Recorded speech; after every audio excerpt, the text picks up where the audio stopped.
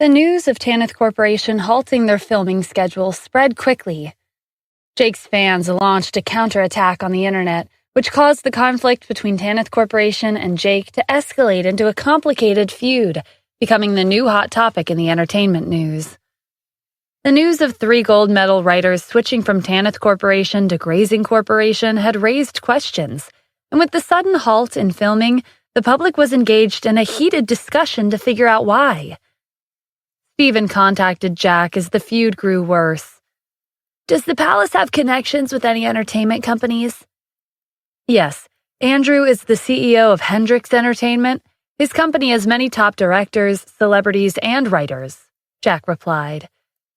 Stephen was surprised after hearing a brief list of names. The list of well-known directors caught his attention. They were famous in the U.S. Everyone in the entertainment industry had heard of their names before, and these people were under Andrew's command. Andrew's rank in the palace wasn't that high, but his achievements could be considered an incredible feat by public standards.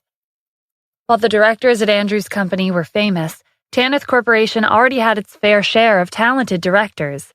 What they were looking for were gold medal screenwriters. Stephen wasted no time and contacted Andrew, who rushed over as soon as he received a call. Andrew was as low-key as he'd always been. He arrived in a Rolls-Royce Phantom, 5 Mercedes-Benz S-Classes, and 5 Aston Martins. A line of luxury cars parked in front of Tanith Corporation caused an uproar. Everyone thought that after they had stopped filming, a wealthy tycoon had come with the intention of purchasing the company. Gossip about their identity flooded the internet. Their guesses were true and false at the same time.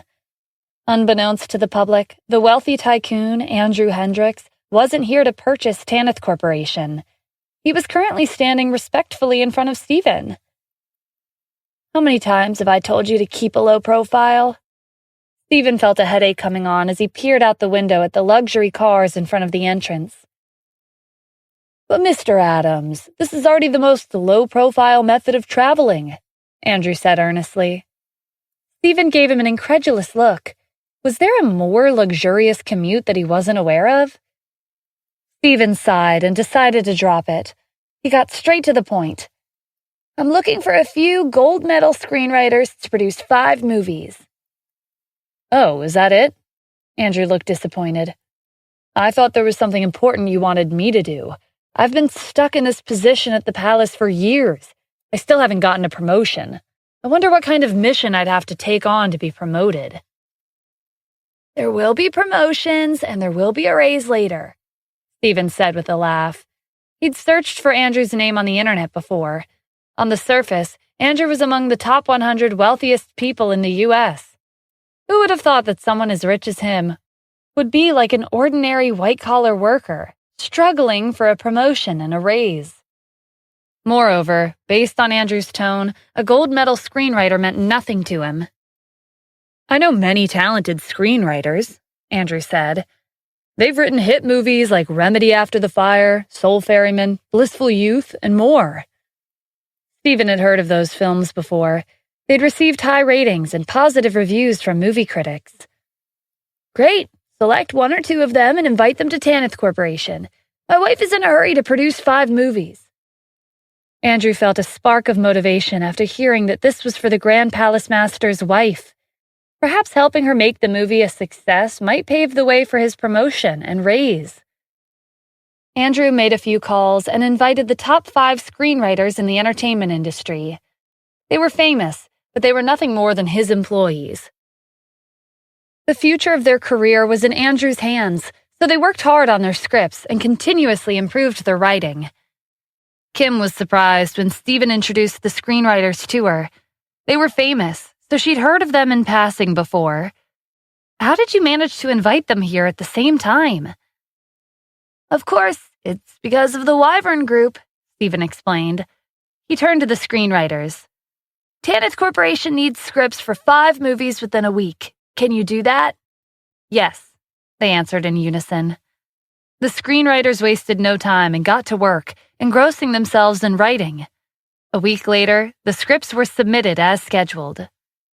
The 5 scripts contained varying themes and styles, and the plot was marvelous. They were compact and intertwined, and the pacing and flow were superb. Kim was on the edge of her seat as she read through the scripts. She couldn't wait to see what happened next, and before she knew it, she had reached the end. They're worthy of being called the top 5 screenwriters in the entertainment industry. These scripts are huge upgrades from our old scripts. Kim placed the scripts on the desk. These are great. We'll use them to produce our movies. The director was similarly impressed after reading the script. Gavin and Julia were especially pleased. It felt like the scripts had been tailor-made for them. Filming resumed, and the production of the 5 movies was officially underway. On the other hand, Jake and the others were relishing their victory after buying over the gold medal screenwriters from Tanith Corporation. A $100 million box office is not something you can achieve by drinking at the bar every day. Tanith Corporation will be releasing its first movie soon, and we can't be left behind. So, I'm planning on releasing our first movie on the same day, Felix said. Jake frowned. We're not even halfway through. What's the big deal? We'll include all the scenes you filmed before, and you'll have to work overtime to catch up. The only request I have is for the movie to be released on the same day as Tanith Corporation. Felix looked serious, so Jake could only agree. All right, I'll work hard. Jake didn't want to rush the production, but Felix had given him $1 billion. Not to mention, Felix and Miller were both from the Addams family. It wouldn't be wise to anger them. They were on a different level compared to the people Jake had dealt with before. After Jake rushed to the set, Grazing Corporation announced that they would be releasing the first of their 10 movies on Saturday. The announcement went viral. Jake's fans bought tickets a few days before and supported him on social media. Time flew by, and a few days passed in a flash. Saturday night had finally arrived. Jake was starring in Grazing Corporation's first of 10 movies, while Gavin and Julia were starring in Tanith Corporation's first of 5 movies. Both were scheduled to premiere from 7 p.m. to 8 p.m. It was the weekend, so many people were anticipating watching the movies during their release online. Stephen and Kim were in the CEO's office, checking the number of viewers through real-time data. Compared to Jake's movie, Gavin and Julia's movie was like a barren desert. Most of the viewers were watching Jake's. Looks like we've been defeated in the first round, Kim said bitterly. Jake's name is enough to attract millions of viewers. Don't worry, this is only the beginning. No one knows who will be the final winner. With Jake's fame, his movie will achieve a high score during the premiere, but the audience isn't idiots.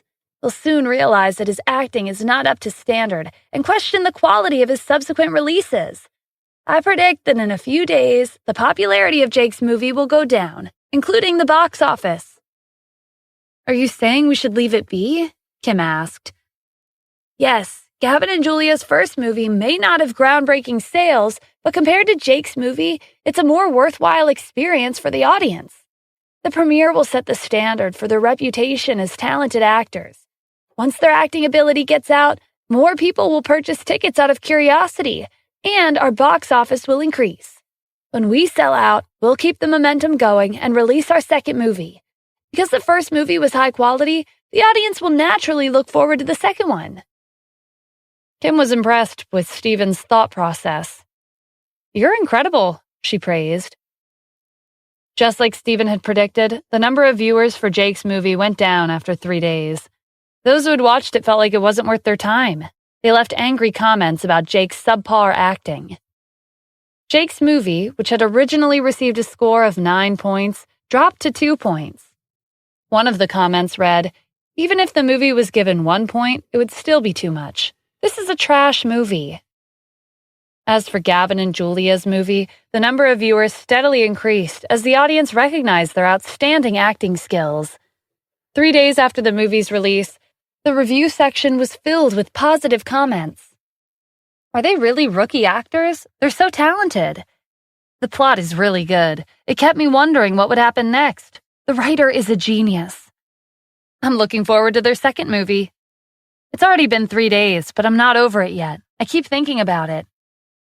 Gavin and Julia's movie score rose from 1.5 points to 9.5 points. Many professional film critics wrote tens of thousands of words for this movie. The popularity of the two novice actors, Gavin and Julia, reached a new high. Kim was thrilled. Stephen's prediction was right. "This is amazing." Stephen nodded. "As I expected, we'll take this chance to go all out and announce the release date of our second movie." "I'm on it," Kim said. Without thinking twice, she leaned in and gave him a kiss. Stephen put on a serious expression after being ambushed. "I wanted to kiss you first," he pouted. Just as Stephen stood up to return Kim's kiss, she hurried out the door. Her heart was beating wildly in her chest, and she couldn't stop smiling. Grazing Corporation suffered a devastating defeat. Jake's movie was blown out of the water by Gavin and Julia's movie. Tanith Corporation, Gavin, and Julia were the new trending headlines. News of Jake and Michelle was left in the dust, except for criticisms of their acting and how they were fired from Grazing Corporation. With the exception of losing millions on their movies, life went on as usual at Grazing Corporation. When Felix arrived at the CEO's office, he saw a box on his desk. The words, "To Felix," were written on the front. He called out to his secretary. "Who brought this box here?" "It was delivered by a courier. He told me that an old friend of yours asked him to give it to you, so I put it on your desk." "My old friend?" Felix asked, confused. "Yeah, he also said that you'll understand once you open the box." When Felix opened the box, he saw a dagger inside with a piece of paper underneath. The note read, "Nico's death anniversary is 3 days from now. I'll be waiting for you." Felix's eyes widened, and he rushed to find Miller. "We've been so busy with the movies lately that I completely forgot about this. A while ago, Stephen told us to visit Nico's grave and settle the grudges from the past," Miller said. "We can't go head-to-head with Stephen. Trevor told us that Neil would be done with his training soon. Why haven't we heard any news?" "Maybe he forgot about us? I think we should make another trip to Washington, D.C. to find out what's going on." Miller and Felix boarded a plane to Washington, D.C. At a cave somewhere deep in the mountains, the road nearby was filled with cars. A guard was stationed every half a mile. A crowd was gathering outside the cave. Upon hearing the news that Neil's training would soon be completed, many influential figures in Washington, D.C. and elsewhere rushed over. They were eager to congratulate him. Trevor had long since informed them that after Neil came out of seclusion, he would rush straight to Santa Ana to deal with the Wyvern Group. Those who were present today wanted to be Neil's supporters. The entire mountain was bustling with activity. Even the wolves in the wilderness stayed hidden. The sound of whistling came from the cave and echoed across the valley. Trevor and the others, who had been waiting for Neil, called out into the cave. They welcomed him and congratulated him on completing his training. At this time, Miller and Felix arrived and witnessed the grand occasion. "It looks like Neil's going to be out soon. There are so many leaders here to congratulate him," Miller said. A man overheard him and explained, "Mr. Neil has been training and honing his skills for 30 years. It's finally time for him to return to civilization. Back then, his martial arts were unrivaled, and no one could match up to him. I heard his training has reached the stage where he's transcended the limits of human life. He can live up to around 200 years old, and the older he gets, the more powerful he'll become." Miller and Felix sucked in a breath. "I heard that the Grand Palace Master has also reached that stage. That means he's the only one who can fight head-on with Mr. Neil," Felix said. "That's not necessarily true," the man countered. "The Commander-in-Chief is just as strong. They say he's at the same stage." Miller and Felix hurriedly nodded along.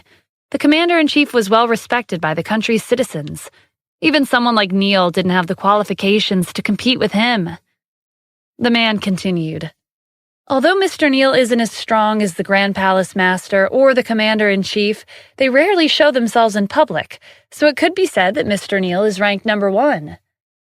Miller and Felix nodded along once more. While the three of them were chatting, someone from the crowd shouted, "It looks like Mr. Neil's here. the man said. He hurried over to the cave. "Let's follow him," Felix said to Miller. When they squeezed their way to the front, Neil had already emerged from the cave. 30 years ago, when he went into seclusion, his hair was short and black. After a long seclusion, his hair had turned white, and it had grown long, reaching past his shoulders and to his waist. But that wasn't the only feature that had changed. Neil's eyes were sharper, and he emitted an aura of killing intent. Miller and Felix stepped forward. "Mr. Neil, you're here. The Wyvern group has been getting worse, especially that abandoned son of the Addams family, Stephen." "Didn't you mention my name?" Neil asked. "Yes, but Stephen doesn't think much of you. He has the Wyvern group as his backer. If you come to Santa Ana, he'll be first in line to kick you out." Felix's blood ran cold when Neil's gaze bore into him. For a second, he thought Neil saw through his exaggeration. But he was relieved at Neil's next words. "He talks big with nothing to show for himself. Trevor, go to Santa Ana first. Take Stephen down." Trevor was excited when Neil asked him to open up a path for him in Santa Ana to prepare for his arrival. He was eager to put his skills to the test. Trevor had followed Neil into seclusion 30 years ago. Although it wasn't to the same extent, it had been a long time since he left the mountain. This would be his chance to reunite with the outside world. "We can't underestimate the Wyvern group," Neil continued. "It didn't take long for them to become a leading enterprise in Santa Ana. Their influence and their strength are no joke. Trevor, take Reed, Jonah, and Francis with you." Neil was dispatching 3 of the Vajra under his command to the front lines. It was clear that he was determined to destroy the Wyvern group. The 4 Vajra were martial arts experts. With them around, Trevor was free to do whatever he wanted in Santa Ana. The first Vajra, Reed, was 6'5" and had a lanky figure. His ghostly pale complexion made his eye bags seem darker than they already were. He moved like the wind, and he was as fast and tumultuous as a hurricane. The second Vajra, Jonah, had a short temper and a powerful voice. He was known for his strength. The third Vajra, Francis, resembled a skeleton from afar. He was intimidating and skilled with poisons. Every battle ended with his opponent dead. The fourth Vajra, Santino, looked no different from an ordinary person. When he mingled in the crowd, few people would remember him because of his average appearance. However, he was the strongest among the Vajra. Miller took the initiative to book flight tickets for them. There was no time to waste because Nico's death anniversary was fast approaching. Neither Miller nor Felix could handle Stephen on their own. But with Trevor and 3 of the Vajra on their side, Stephen wouldn't be able to do anything to them. "Why don't you ask Santino to come along?" Trevor suggested. Santino was much stronger than the other 3 Vajra. There were rumors that he'd grown up in a hitman organization, and his assassination methods were the cruelest and most brutal. The hitman organization put 100 of their members together, similar to beasts in a fighting ring. They would fight and kill each other, and only those who survived would be qualified to receive further training. Besides people, tigers, leopards, wolves, and other ferocious beasts were released at the same time, making it difficult for the 100 members to kill each other without falling prey to the predators. Assassins who walked out from the Hitman organization in one piece went on to become world-renowned fugitives, causing a huge headache for the country's security and law enforcement. Neil shook his head. "If we get Santino involved, blood will flow like rivers and lives will be left in ruins. I can't let him out that easily. He's unpredictable, and the consequences would be hard to handle. Plus, the commander-in-chief's in Santa Ana right now. We should play it safe." Many years ago, when Neil was fighting for power in Washington, D.C.'s underworld, he was once chased down by his enemies, and his life hung by a thread. But one person saved him from the brink of death and wiped out his enemies, causing the underworld to be lifeless for over a year. This was the terror of Santino. "I almost forgot that the commander-in-chief was serving as the deputy head in Santa Ana," Trevor said. "Yeah, although it's nothing more than a government official position, I don't care about politics. But if we cause too much trouble, he won't sit by and do nothing. If it's just us, he won't get involved, because no matter how strong we are, We're only human. Neil had trained in seclusion for 30 years, but he still didn't think he was strong enough to compete with the commander-in-chief. He'd taken down 40 countries 6 years ago and led the 4 great generals to victory. As much as Neil hated to admit it, he couldn't achieve the godlike strength that the commander-in-chief possessed. Trevor turned to Miller and Felix. With you two guiding me, I'll be able to achieve twice the results in half the time. Neil scanned the crowd and called out, "Where's Benedict? Is he not here?" After Benedict was defeated in Santa Ana, he ran back to Washington, D.C., and holed up at the Stark family's residence. He hadn't shown himself in public ever since. Benedict's voice rang out from the crowd. "Of course I had to come, Mr. Neil, but if you want me to accompany your son to Santa Ana, I'm afraid I'll have to decline." Neil gave him a thoughtful look. "Why? Are you scared of the Wyvern Group? Benedict, you're a member of the Stark family. 30 years ago, your martial arts were on par with mine. How did you become such a coward?" "Benedict, what are you afraid of?" Trevor asked. "With my father on your side, this is a chance for you to take revenge." "I'm not questioning Mr. Neal's strength, but I would like to advise you to stop while you still can," Benedict warned. "The Wyvern Group's background runs deep. It goes beyond your imagination. They're not someone you can go up against." Trevor glared at him. "What are you trying to say? Are you implying that the Wyvern Group is on the same level as my father? No one in Washington, D.C. has been able to defeat him, let alone someone in Santa Ana." "Forget it," Neil said. "I understand Benedict's mentality. He was humiliated and had everything taken away from him. Understandably, he doesn't want to go back. Everyone has their own path, but I won't force him. Trevor, head to Santa Ana and pave the way. Take revenge for Benedict." "Understood," Trevor said. He left Washington, D.C. with Reed, Jonah, and Francis, with Miller and Felix in the lead. It was around 7 in the evening when they arrived in Santa Ana. Trevor looked up at the darkening sky. "It's been a long time since I've been here." He turned around and asked Felix, "Who's the strongest supporter of the Wyvern Group?" "The Commerce Guild. Their leaders, Benjamin, Carter, and Mason, willingly became the Wyvern Group's underlings." Trevor narrowed his eyes. "Back then, the Commerce Guild controlled Santa Ana's economy from the sidelines. I didn't think they would voluntarily work for someone else. Either way, we're not all that different from one another. We'll all make our move according to someone else's instructions. Tonight, I'll visit Benjamin and make him change his loyalty." Trigger warning. The following episode contains descriptions of violence which some listeners may find disturbing. It is intended for mature audiences.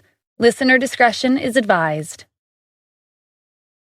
The head of the Commerce Guild, Benjamin, and his family weren't aware of the impending crisis. Ever since his son, Carter's son, and Mason's son kidnapped Kim, they'd kept a low profile in Santa Ana. In the past, Benjamin's son would go out and cause all kinds of trouble, sullying the family's reputation. After the incident, Benjamin made sure to keep a closer eye on him. At some point, his son married a beautiful girl, and the entire family enjoyed the peaceful and leisurely days that followed. The family gathered for dinner every week on Saturday. While they were chatting and enjoying their meal, a group of uninvited guests barged into the house. The first to enter was Miller and his son Felix. Then Reed, Jonah, and Francis came in. Trevor strolled in last and looked around the room. "Am I interrupting your dinner time? There are so many people here. I guess it's a family reunion. But this works for me. Since everyone's here, I won't have to look for you one by one." "Hey, who are you?" a young man demanded. He was one of Benjamin's nephews. "This is no place for you. Get out of here." Benjamin led the Commerce Guild, and his family had always been wealthy. After following the Wyvern Group, their status had gone up significantly. The family's younger generation had grown up spoiled, and they all spoke arrogantly. "Wouldn't you like to know?" Trevor said with a smile. He glanced at Felix. "Introduce us." Felix cleared his throat. "Listen carefully. The 3 people in front of me are Reed, Jonah, and Francis. Benjamin's expression changed. An uneasy feeling washed over him. He recognized their names. Are they the Vajra who followed Mr. Neal? Felix smiled. As expected of the Commerce Guild's leader, you know a lot. That's correct. They're 3 of the 4 Vajra. Now, let me introduce you to Mr. Trevor Brandt.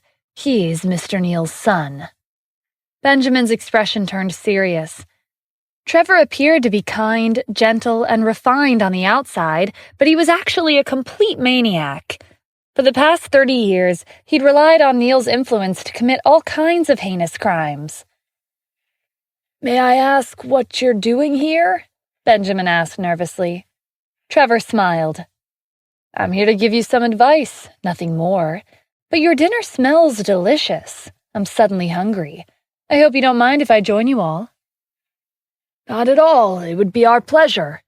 Benjamin instructed one of the mansion's staff to bring a plate, eating utensils, and a chair over to the table. When the chair was brought over, Trevor didn't sit down. He cast a cold glance at Benjamin. Benjamin stood up abruptly and extended his hand as a gesture of invitation. I apologize, Mr. Trevor. Please take a seat. Trevor nodded in satisfaction and sat at the head of the table. Benjamin's nephew called Trevor out again. Who do you think you are, intruding as if this is your home? I should teach you a lesson. Reed walked over to Benjamin's nephew without a word and slammed him into the wall with 2 fingers. He fell limply to the floor.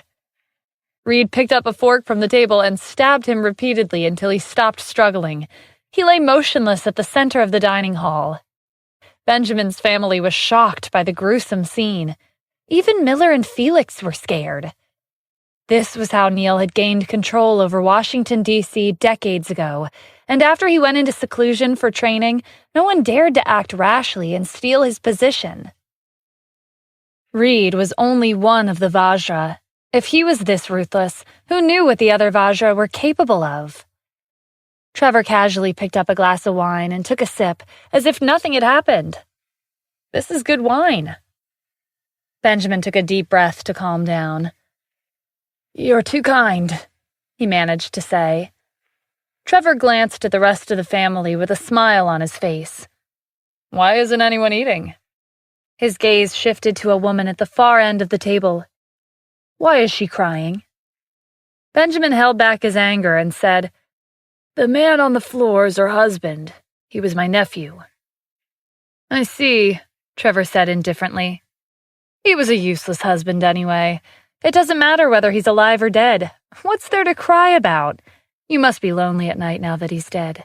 Since I'm here, I'll accompany you to bed. She was pretty, and Trevor had taken a fancy to her. He waved her over. Come here and sit next to me. Trevor frowned when she didn't move. You don't want to? He glanced at Reed, who nodded and walked over to her. Reed picked up another fork and pierced her throat in one smooth motion. This is what happens when you disobey me. Have you learned your lesson? Trevor said. Benjamin's family was too afraid to respond. I'll take that as a yes. Now, Trevor shifted his attention to the other women. You, and you. Sit next to me. The second woman Trevor chose was the wife of Benjamin's son. They'd been married for less than 2 months. She turned to her husband with a pleading look in her eyes, but there was nothing he could do for her. Benjamin was also helpless. If they went against him, they would all die here tonight. I'll give you 30 seconds, Trevor said. He gestured to the woman bleeding out on the floor. If you don't voluntarily give yourself up to me in 30 seconds, you'll end up like her. Compared to Trevor, who enjoyed a scandalous private life, Neal was content with a clean and quiet life. After following Neal into seclusion, Trevor had mostly been staying on the mountain for the past 30 years. Now that the tiger was out of the cage, his lunacy was on full display. An hour later, Benjamin stood outside the house with Trevor and the others. Trevor stretched his arms over his head. It's been a long time since I've had so much fun. Maybe I should just stay here. What? You want to stay at my house? Benjamin asked in disbelief. Why? Do you have any objections? Mr. Trevor, you're after the Wyvern Group. Why did you come to my house and make a scene? Is it because you're no match for the Wyvern Group? Is that why you could only target people on my level? What a joke. How could I be weaker than the Wyvern Group? I came to relieve my stress. Soon, I'll make the Wyvern Group disappear from Santa Ana. By the way, I heard Tanith Corporation is planning on releasing 5 online movies. I saw posters of the female lead. She's beautiful.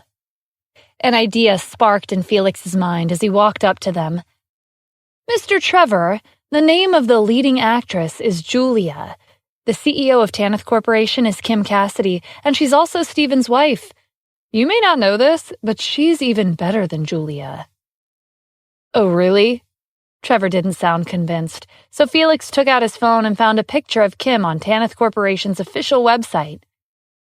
This is Kim Cassidy. Trevor's interest was piqued. You were right. I've never seen anyone like her before. She's even prettier in person, Felix said. I know where she lives, and that's not all. The vice president of the Wyvern Group is her close friend. She's just as attractive. All right, take Reed on a trip, Trevor instructed. Who do you want to bring back? Trevor grinned. Do you even need to ask? Only children need to make choices. Adults can have them all. Julie was at home, practicing her lines. She and Gavin had risen to fame at around the same time. She preferred to keep a low profile, but Gavin didn't feel the same. His popularity got to his head, and instead of polishing his acting skills, he partied and drank all day long. Julia was grateful to Tanith Corporation for giving her the opportunity of a successful debut. Everyone called her talented, but she knew there were still many areas she could improve on.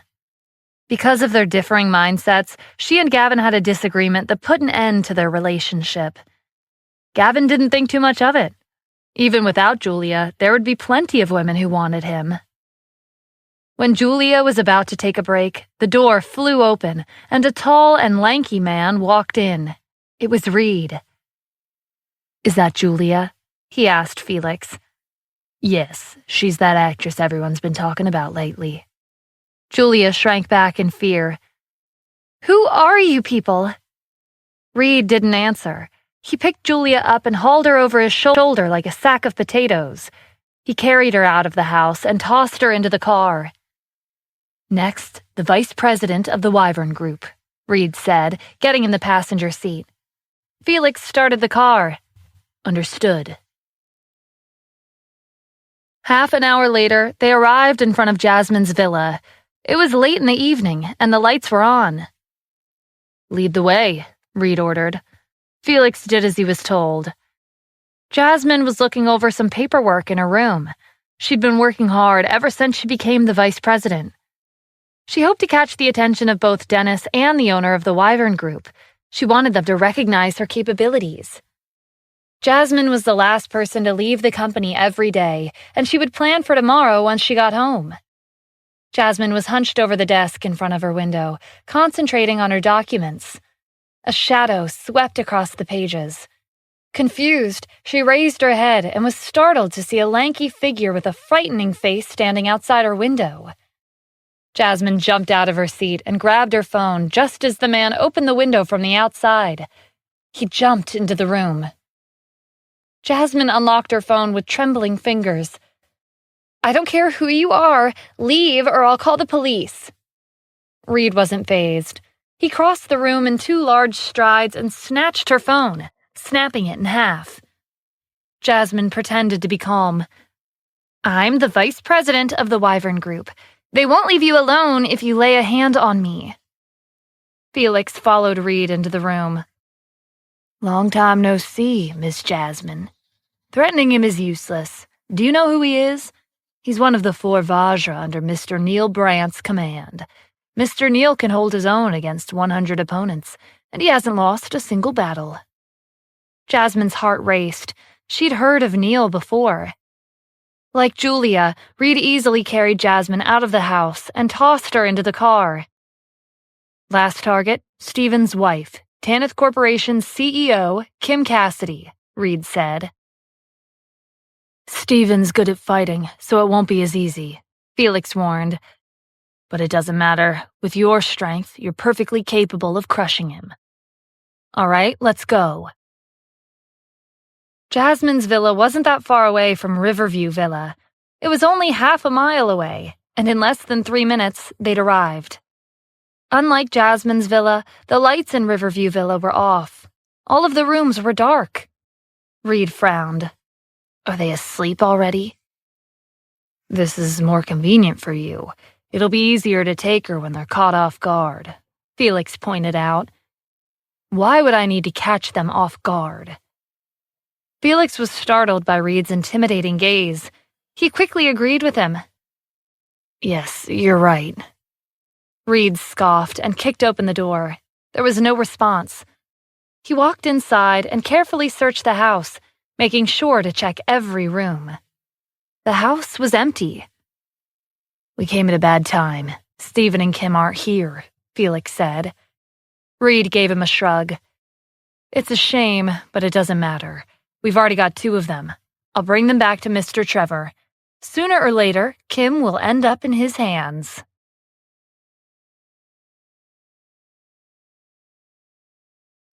Right after Felix and Reed left, Steven returned with Kim in their Mercedes-Benz S-Class. They had some business to attend to with Natalie and Kyle in Los Angeles today. One day wasn't enough to take care of it, but Kim had work tomorrow, so she and Steven came back to Santa Ana first. They were surprised to find the ruined door in front of the house. She peered inside, but didn't find anything out of place. Were we robbed? I don't think they stole anything, though, she whispered. Kim noticed Steven staring at the door on the floor. What are you looking at? Kim, look. Steven pointed to the edges of the door. Someone forcefully opened the door. I don't think they're your average thief. They have to be martial arts experts. Their goal wasn't to steal. We were their targets. He paused and thought for a moment. When we passed by Jasmine's house, did you notice anything unusual? Kim thought it over. Jasmine's a workaholic. She's not currently dating. She looks over documents in her room before going to bed, and she rarely sleeps before midnight. It was only 10 o'clock, but the lights were off. It's not like her to go to bed this early. Steven nodded. I think something happened to her. What if she's found a boyfriend? Kim said. She's been talking about the owner of the Wyvern Group nonstop. Maybe they finally met. No, they're definitely not together. How are you so sure? Kim asked. Because Steven was the owner, but he couldn't tell her that yet. He settled for a random excuse. The owner of the Wyvern Group is taking care of personal business today. He doesn't have time for other matters. Oh, okay, Kim said. It was a reasonable explanation, but why did he sound so awkward saying that? Steven cleared his throat and waved for her to follow him. Don't dwell on it too much. Let's hurry to Jasmine's house. She might be in danger. Kim quickly caught up to him. All right, let's go. When they arrived at Jasmine's villa, Kim pressed the doorbell, but there was no response. She gave Jasmine a call, but her phone was turned off. They walked around the house and found that the window to Jasmine's room had been pulled open by force. From the outside, they could see her documents scattered all over the floor. Something really did happen to her, Steven said. What should we do? We have to save her. Kim, calm down. First, let's go home. Jasmine wasn't their only target. I'll get someone to watch over the house to make sure you're safe. I'll take care of the rest. Kim decided to place her trust in him. Steven sent Kim back to Riverview Villa and contacted Roslyn, asking her to protect Kim. Then, he gave Jack a call and asked him for an update on Santa Ana's affairs for the past 2 days. When Jack told him about Neil, Steven said, I don't care if he's an old man who's been in seclusion for the past 30 years, or a monster who's been in seclusion for the past 300 years. If he's targeting the people around me, then I'll make him disappear. Stephen was even more furious when Jack told him that Neil's adopted son, Trevor Brandt, killed several people in Benjamin's family the moment he arrived in Santa Ana. Does he think Santa Ana's some kind of lawless city? Zachary had tagged along with Rosalind, and he was listening to Stephen's conversation with Jack. Mr. Adams, I heard that Neil has 4 Vajra under his command. 3 of them came to Santa Ana with Trevor. They say the Vajra are the strongest martial artists in Washington, D.C. Stephen heard the anticipation in his voice. Okay, I'll let you deal with them. Zachary was the strongest of the 4 great generals. Because things tended to get out of hand when he was involved, Stephen usually reined him in and kept him in check. Zachary was excited to hear that Stephen was letting him run wild.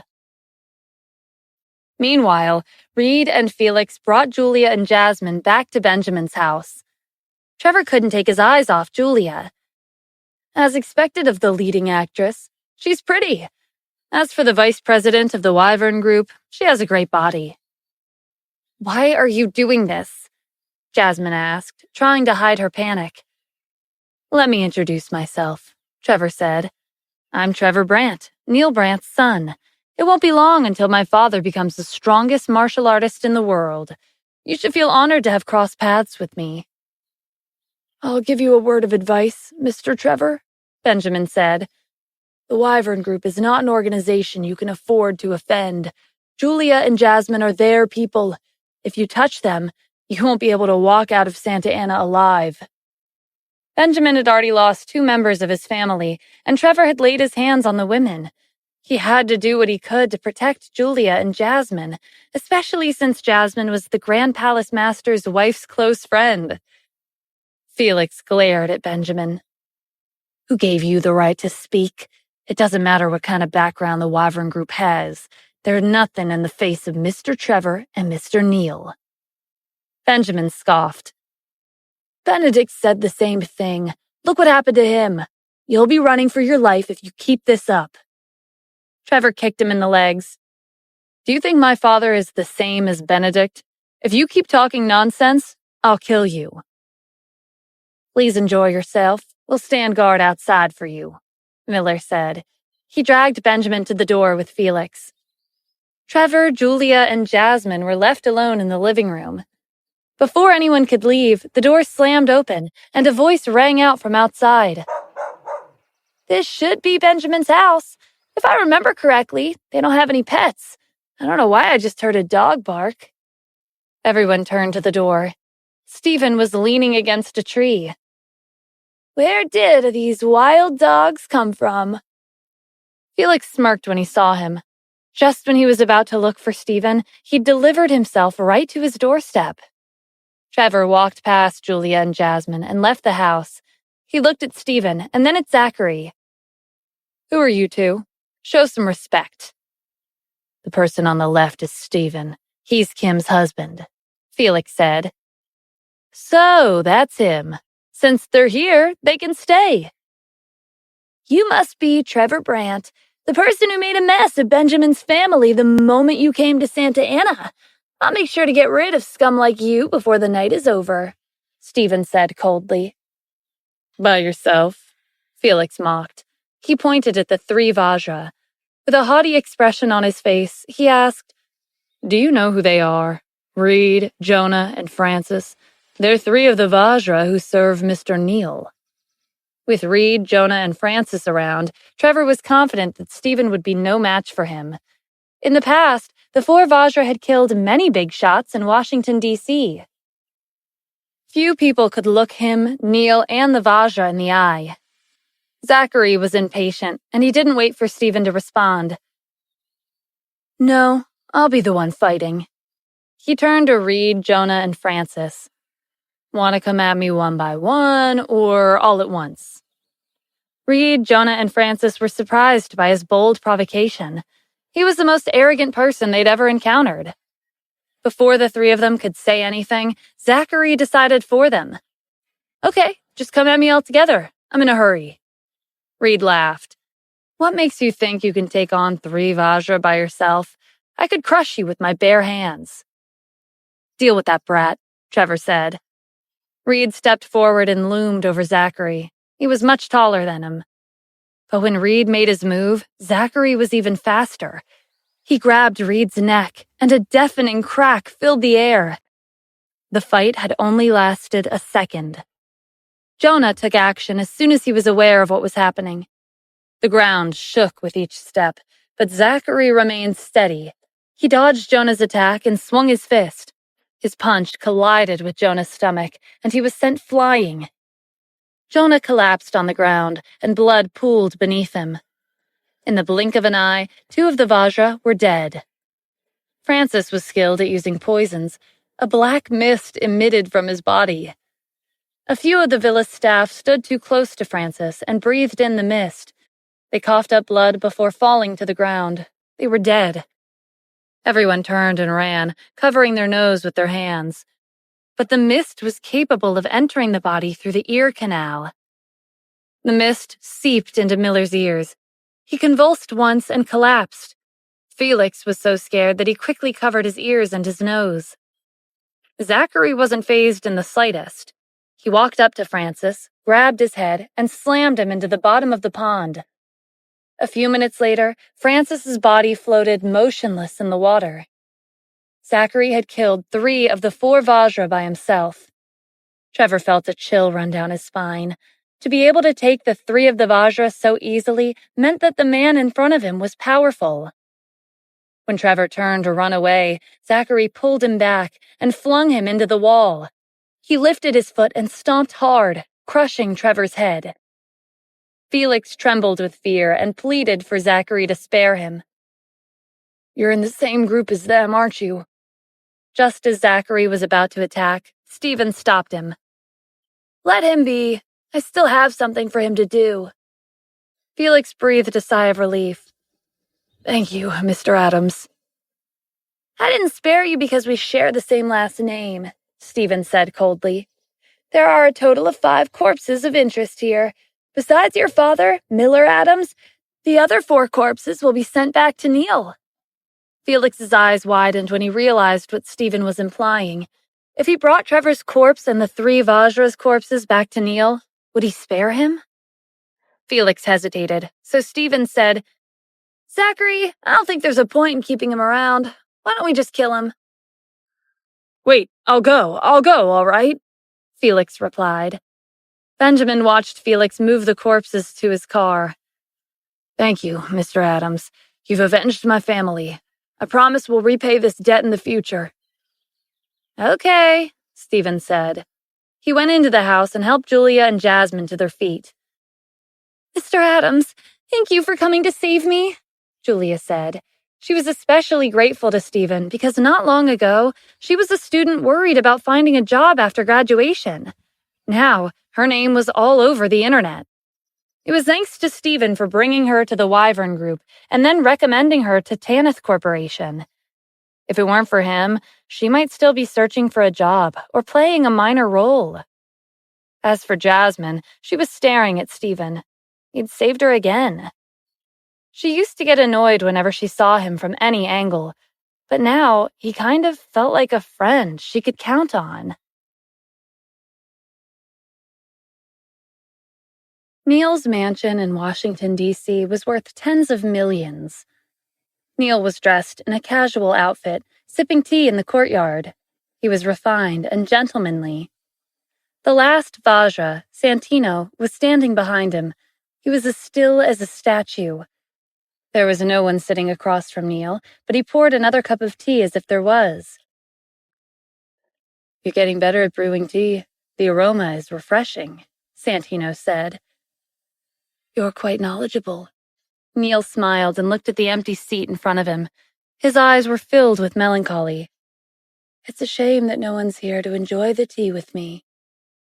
Neil paused before asking, "Santino, what do you think about Benedict? Is he worthy of having a chat over a tea with me?" Santino denied it immediately. "No way. He's nothing compared to you." "What about the owner of the Wyvern Group?" "I've never met him, but I doubt he's on your level. It's only a matter of time before I get rid of his company," Santino replied. Neil laughed. What a lonely life. There's currently no one in Washington, D.C. who has the qualifications to drink your tea, Santino said. Neil thought about the commander-in-chief. Well, there is one person, but he's akin to a god. I'm only human. Neil's subordinate, Weston, rushed in with an anxious look on his face. Mr. Neil, bad news. What's wrong? Why are you in such a panic? Weston had served him for decades, and he'd always maintained a calm demeanor. He'd never lost his composure like this. Weston didn't know how to explain. After hesitating, he said, I think it's better if you go outside and see for yourself. Neil frowned as he placed his cup on the table. He stood up and walked outside. There were quite a few people standing guard, and all of them had solemn expressions. Neil's expression turned serious, and he quickened his pace. He passed through the crowd and saw 4 stretchers covered with a white cloth. It was clear that they were 4 corpses. Felix stood to the side with his head lowered. Mr. Neil, you have to avenge them. Neil had an ominous feeling. He walked up to the 4 stretchers and slowly removed the cloth. It was Reed. The 2nd corpse was Jonah. The 3rd corpse was Francis. And the last corpse was his own son, Trevor. Neil staggered, unable to handle the shock. Weston and Santino hurried over to support him. When Neil regained his senses, he glared at Felix. Who did this? Stephen Adams from the Wyvern Group. He brought someone to kill them. Even my father died. Neil gave him a cold look. Is that so? Then why are you alive? Felix was speechless for a second before he rushed to explain. Stephen said he wanted me to bring them back. Your job is done. There's no point in keeping your life. Why don't you accompany Trevor and the 3 Vajra to hell? As soon as Neil finished his sentence, Santino struck. He grabbed Felix's neck and snapped it. The onlookers watched in fear. The Wyvern Group has to pay, Neil gritted out. Santino, you don't have to hold yourself back anymore. Kill as many people as you want. In the past, Neil had always restricted Santino's actions to prevent him from going on a murder spree. But now that things had come to this, there was no reason to play it safe. The only thing Neil wanted was revenge. The consequences didn't matter. Their first order of business was to destroy the Wyvern Group. Weston, gather everyone in the city. The fact that the Wyvern Group was able to kill 3 of the Vajra and Trevor means that they can't be underestimated. If they want a head-on fight with me, then that's what they'll get. A firework shot into the night sky. It was a signal. As soon as the order was issued, the entirety of Washington, D.C. was thrown into turmoil. Neil had taken control of Washington, D.C. for half a century. Besides the 4 Vajra and Trevor, he had countless subordinates from all walks of life. His subordinates were present in the underworld and the government. He even had many tycoons on his side. It didn't take long for Neil's subordinates to be assembled. They'd arrived from every direction, and there were over 20,000 of them. The large-scale gathering scared the people in the city. They shut their doors tightly and decided to stay inside to prevent being dragged into the situation. This was the first time in the past 50 years that Neil had gathered so many of his subordinates in one place. A groundbreaking conflict was about to ensue. Even the government turned a blind eye. A large-scale gathering of over 20,000 people in such a short amount of time was something even they couldn't achieve. More than 20,000 people stood outside Neil's mansion. It was a spectacular sight. The streets were filled with people dressed in black. They were mourning Trevor and the 3 Vajra's deaths. Inside the mansion, 10 of Neil's subordinates stood in front of 4 coffins and paid their respects. The strongest person there, Jasper, was currently the leader of the underworld in a neighboring city. Although he didn't have a good relationship with Trevor or the Vajra, he still mourned their deaths. Who killed them? Jasper asked. His voice was filled with indignation. You called us here for revenge, didn't you? Yes, it was the Wyvern Group in Santa Ana, Neil said. Jasper clenched his teeth. The Wyvern Group has crossed the line. I'll bring up the rear, and together we'll head to Santa Ana and avenge them. The other subordinates, including the ones outside, shouted in unison. Their voices could be heard within a radius of 10 miles. Neil was pleased that Jasper had raised their morale. Destroying the Wyvern Group will be a commendable achievement. I look forward to your results. Jasper was well known in the neighboring city. He knew that he had a lot of enemies, so he couldn't get a wink of sleep before coming here. He was worried that his enemies would kill him off. Neil had been training in seclusion until recently. 3 of the 4 Vajra were dead, and his adopted son, Trevor, was also dead. If Jasper took advantage of this opportunity to show what he was capable of, there was a chance he could take Trevor's place and become Neil's student. Neil's techniques were to die for, and Jasper wouldn't pass up on the opportunity to learn them. For the next few days, we'll be paying respects to Reed, Jonah, Francis, and Trevor. After the funeral, we'll head to Santa Ana and get rid of the Wyvern Group, Neil said. I have a suggestion, Jasper said. We could ask the Wyvern Group to come and apologize. Weston agreed. That's a good idea.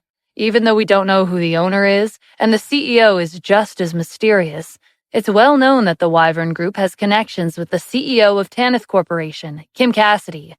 Why don't we get her to come, along with the Vice President, Jasmine Cruz? All right, go make the arrangements, Neil said. News of the funeral spread to Santa Ana. Kim and Jasmine both received an invitation. The letter read, Dear Miss Jasmine and Miss Kim, come to Washington, D.C. as soon as possible and pay for the deaths of my adopted son, Trevor Brandt, and the 3 Vajra, Reed, Jonah, and Francis. If you don't come, it'll be the end of the line for you and your families. At the bottom was Neil's signature. Stephen scoffed. Who does he think he is? The president? I heard Neil is the strongest martial artist in Washington, D.C., Jasmine said. He recently completed his 30 years of training in seclusion. He's far above Benedict's level. So what are you going to do? Stephen asked. Are you going there to die? Didn't you read his letter? You won't survive. Jasmine fell silent. It's not that complicated of a problem. Don't worry about it. You and Kim should get back to work. Neil is asking for the Wyvern Group to send someone to attend the funeral. It's not a good idea to send just anyone. Let me handle this. Jasmine had almost fallen into Trevor's hands, but Stephen had come to save her with someone else in tow. She trusted him more than before. And so, Jasmine and Kim decided to leave this to Stephen. At Neil's mansion, the funeral was in full swing. The event was grand, and people came from all over to pay respects, including the underworld and the government. There were so many people that the government dispatched several officials to keep watch from afar to prevent any accidents. Neil was dressed in black. He stood in front of the 4 coffins. The Wyvern Group's representatives are here, Weston called out.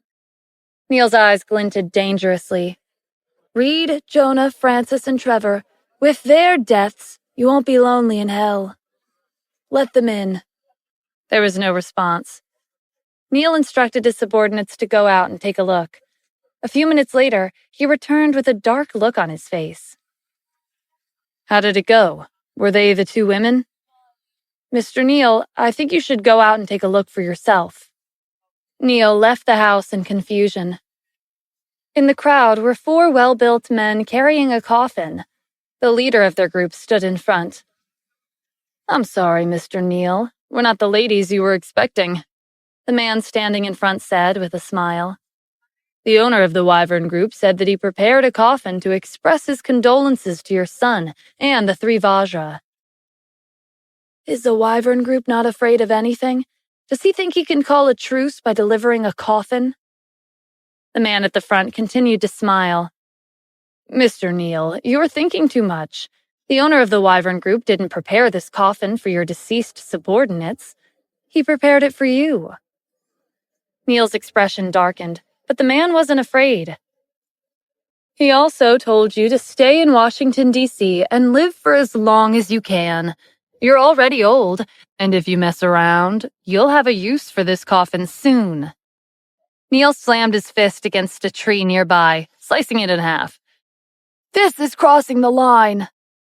"Let me take care of these scumbags," Santino said. Just as he was about to make his move, the man pulled out a gun. "I heard that Mr. Neil and Mr. Santino are both martial arts experts.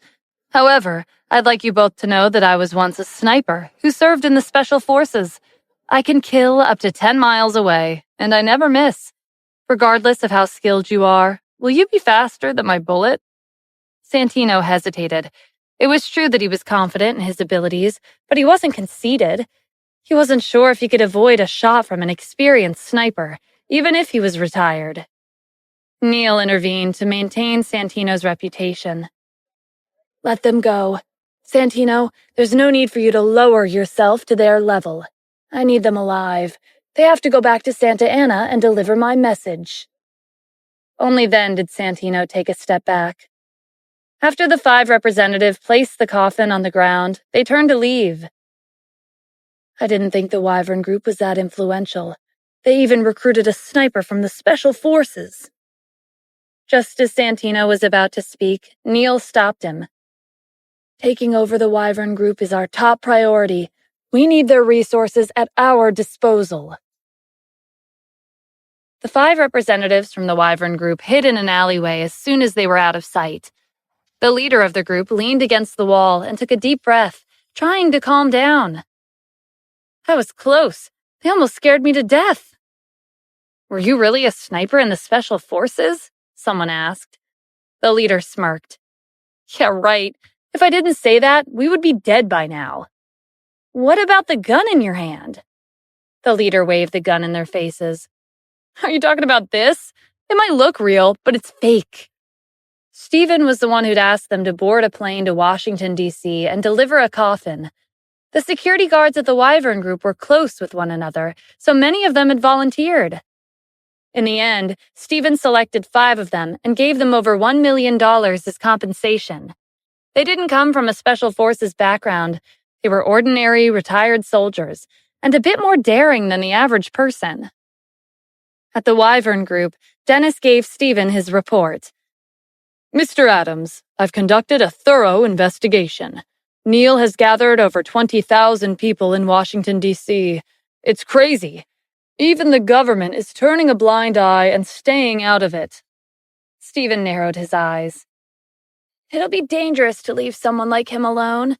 If even the government can't handle him, what's going to become of Washington, D.C.? I remember Captain Floyd had been requesting to have his Special Forces join you, Zachary, Rosalind, and Jaden, right?" "Yes, but you haven't approved, so we've been denying his request," Dennis said. "He's hardworking, and he trains the Special Forces to the best of his ability. Let's take this chance and assess the results of his training. Dennis, contact Captain Floyd and ask him to round up the Special Forces. They will be joining the operation. I'll see if his Special Forces are ready to join the 4 great generals' Armored Cavalry Battalion." "Yes, sir." Captain Floyd was filled with determination when he received Stephen's instructions. He gathered the Special Forces early in the morning to give a speech. "We'll be carrying out an important mission from the Commander-in-Chief over the next few days. Upon completion of this mission, we'll be approved to join the Armored Cavalry Battalion. Let me ask you all, do you want to become the Commander-in-Chief's personal guards?"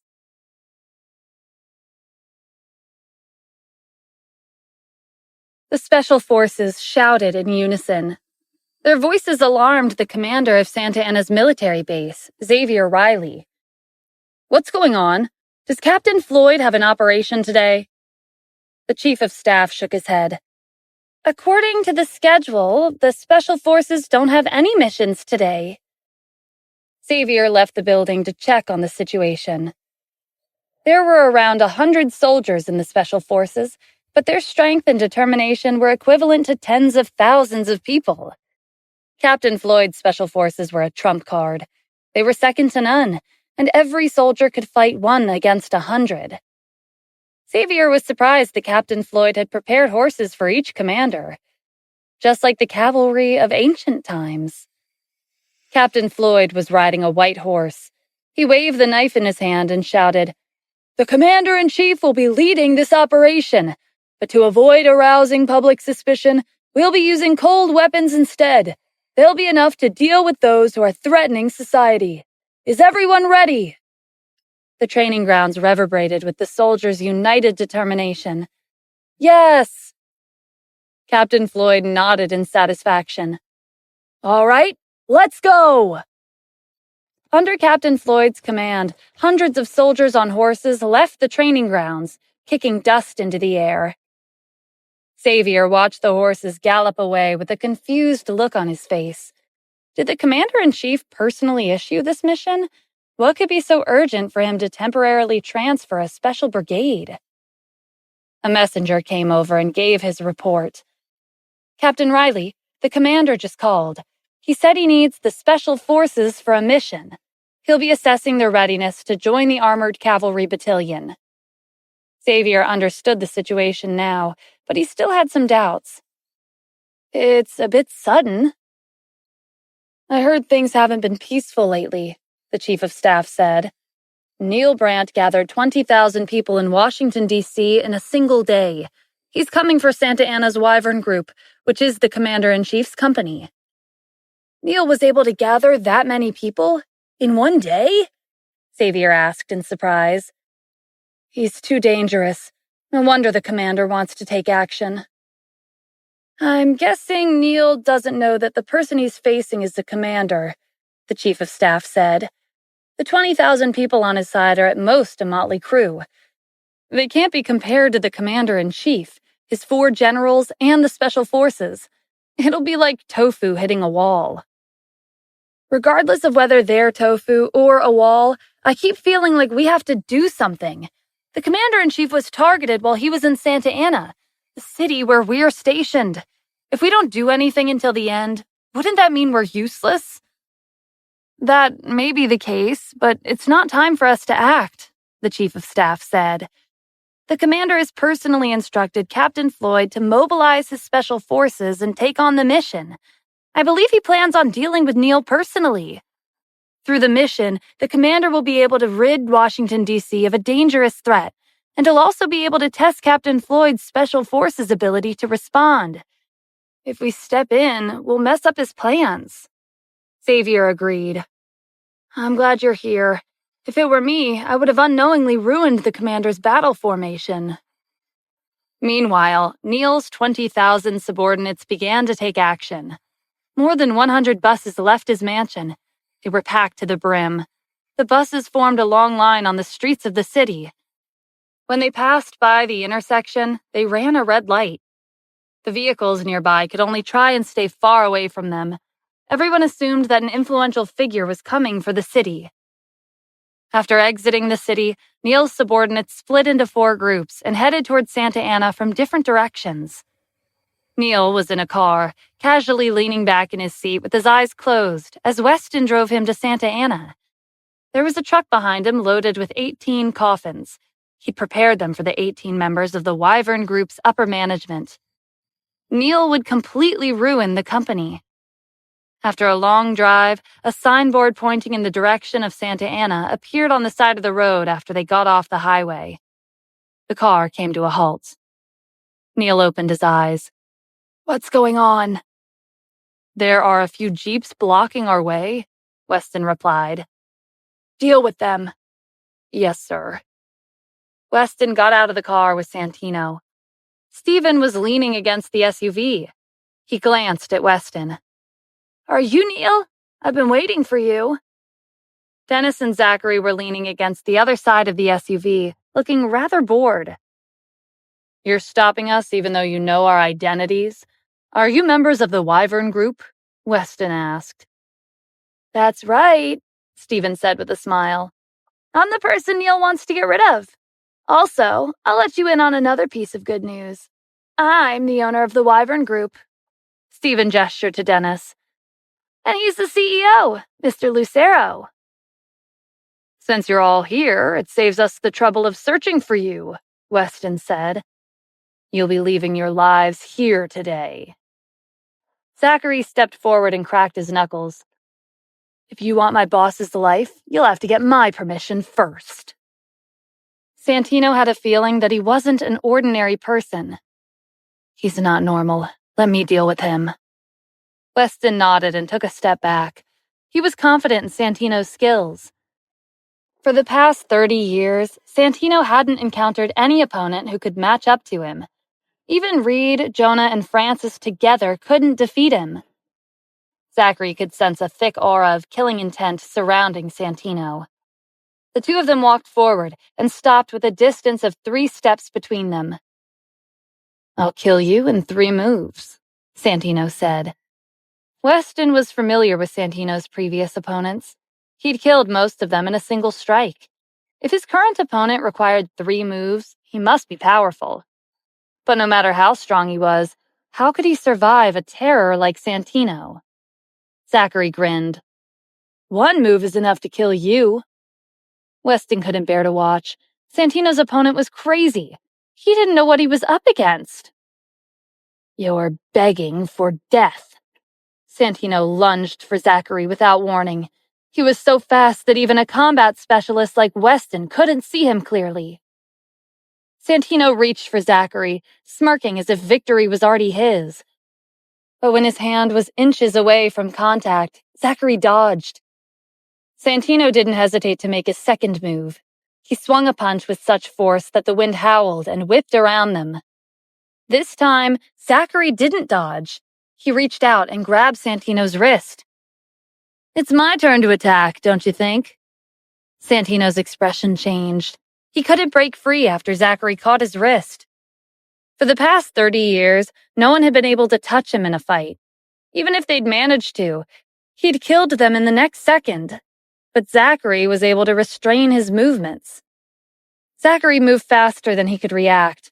A force capable of toppling mountains and dividing the oceans surged towards him. Santino's hand was severed. Pain shot up his arm. Zachary spun and sent him flying with a roundhouse kick. Santino crashed into the windshield of Neil's car, and cracks formed on the glass. Neil pushed open the door and rushed out of the car, rolling to a stop on the roadside just as the windshield shattered. Neil turned around. Santino's body was lying among the shards of broken glass. Neil had a bad feeling. Santino was undefeated, but his opponent had killed him in 1 move. No wonder the Wyvern Group was so arrogant. The owner had assassins of this level under his command. Even the 4 Vajra weren't a match for them. Neil staggered to his feet and walked over to Weston's side. He glared at Stephen. I didn't think the owner of the Wyvern Group was so young. And who are you? Stephen asked. I'm Neil Brandt. Neil had lost all hope of getting out of here alive, but he was as calm as ever. Oh, so you're Neil. Stephen smiled and copied what Weston had said earlier. Since you're all here, it saves us the trouble of searching for you. I've brought 20,000 people with me. It doesn't matter even if you managed to stop one of our groups. How many of you can there be anyway? Your people might be strong, but how could they fight against 20,000 people by themselves? I only brought 100 people, but they're more than enough to deal with your 20,000 subordinates, Stephen said. You're too arrogant for your own good, Neil mocked. While Stephen and Neil were talking, the battle between their people had already begun. Captain Floyd led the special forces mounted on horses and charged towards Neil's 20 subordinates. Because of the strict control of firearms, even Neil had found it difficult to obtain a gun.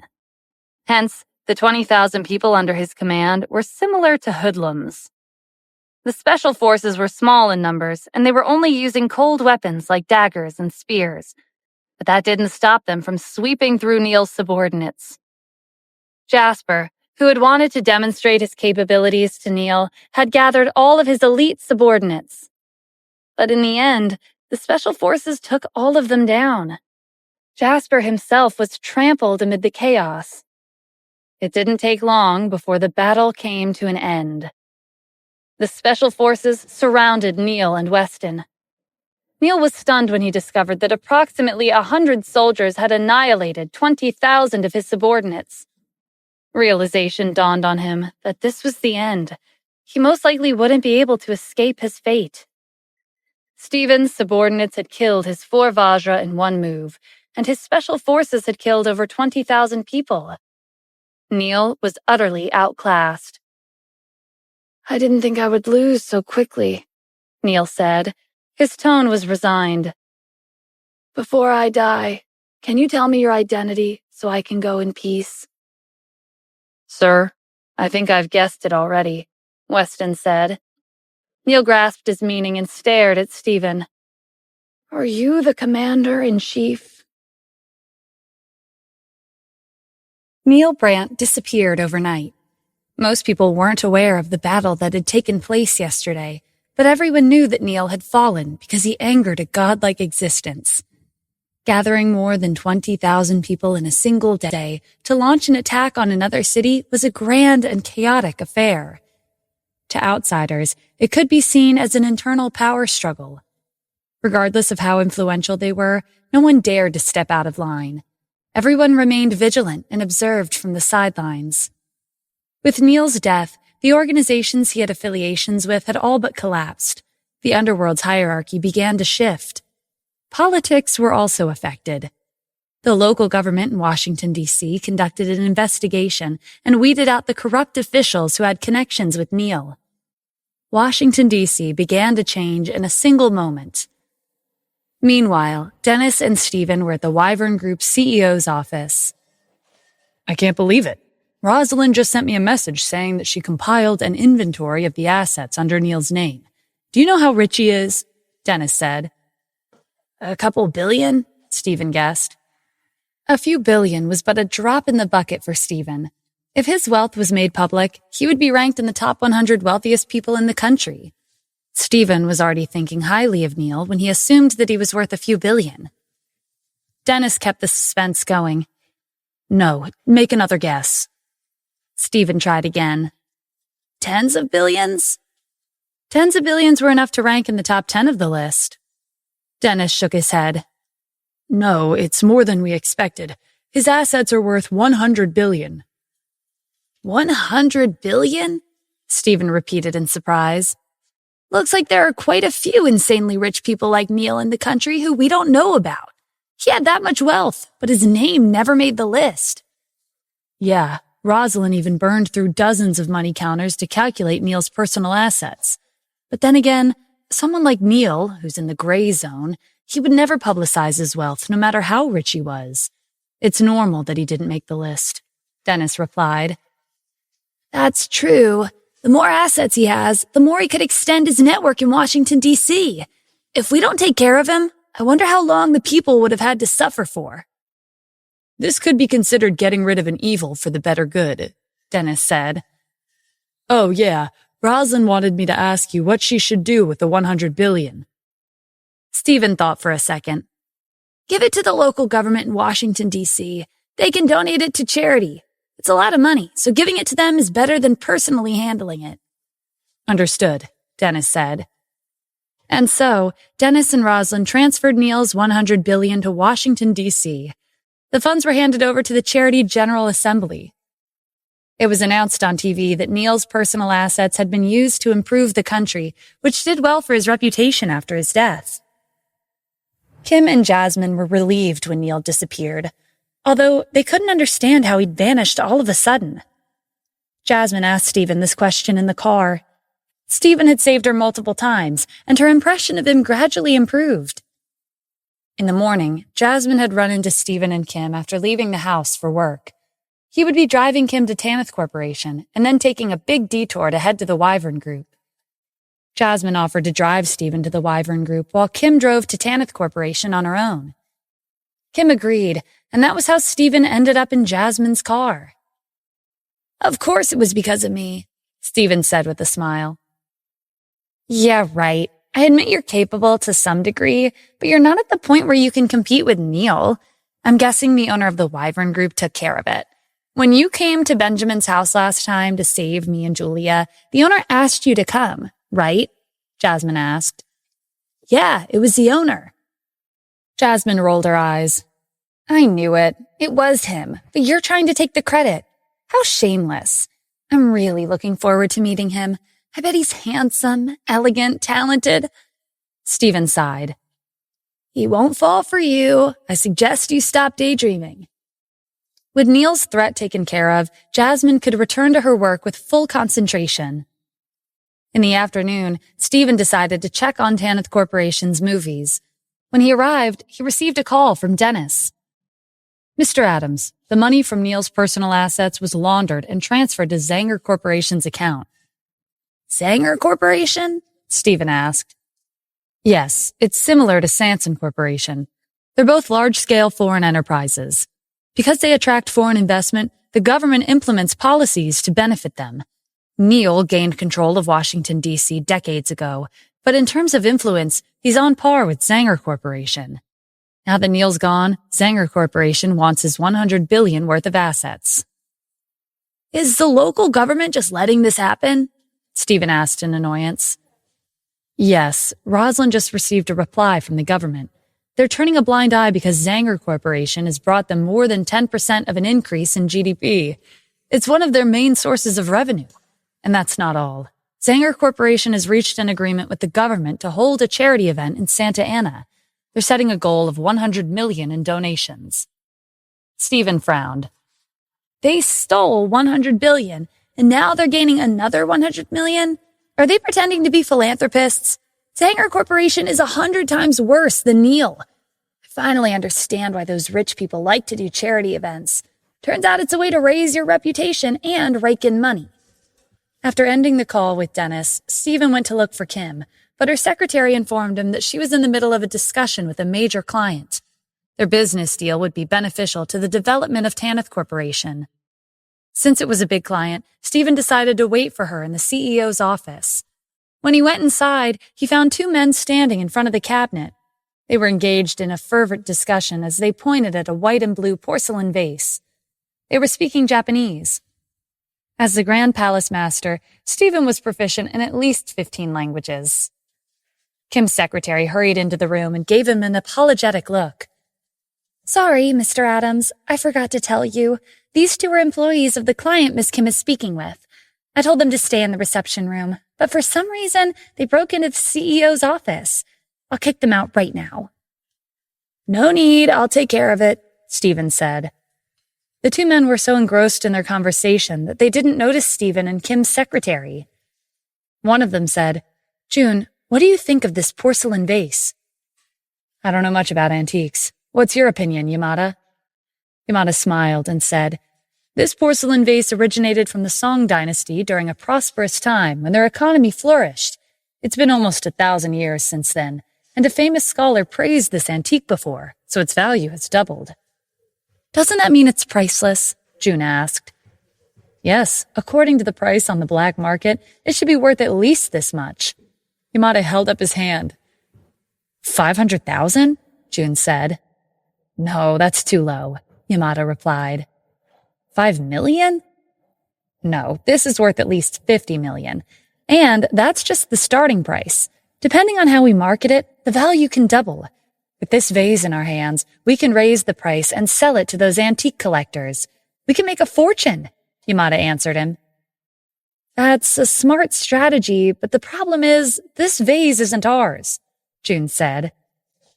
Wouldn't it be easy to change the owner of this vase? Judging by the cabinet it's stored in, the owner of this office doesn't know its true value. And why are we here today? We're here to discuss business with Tanith Corporation. Our company is a large international enterprise, and a small company like theirs would do anything to work with us.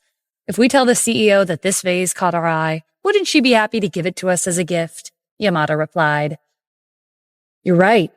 June took out his phone to give his colleague, Andre, a call. He was currently in the middle of a discussion with Kim. Stephen walked up to them and interjected. Do you like this porcelain vase? If you want it, you can buy it.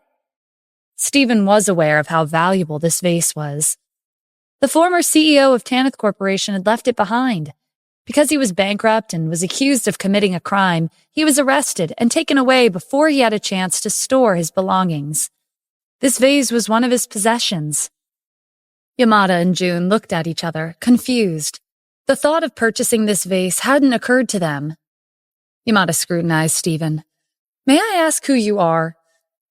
"I'm Kim Cassidy's husband, Stephen Adams. As for this vase, I put it here as a decoration.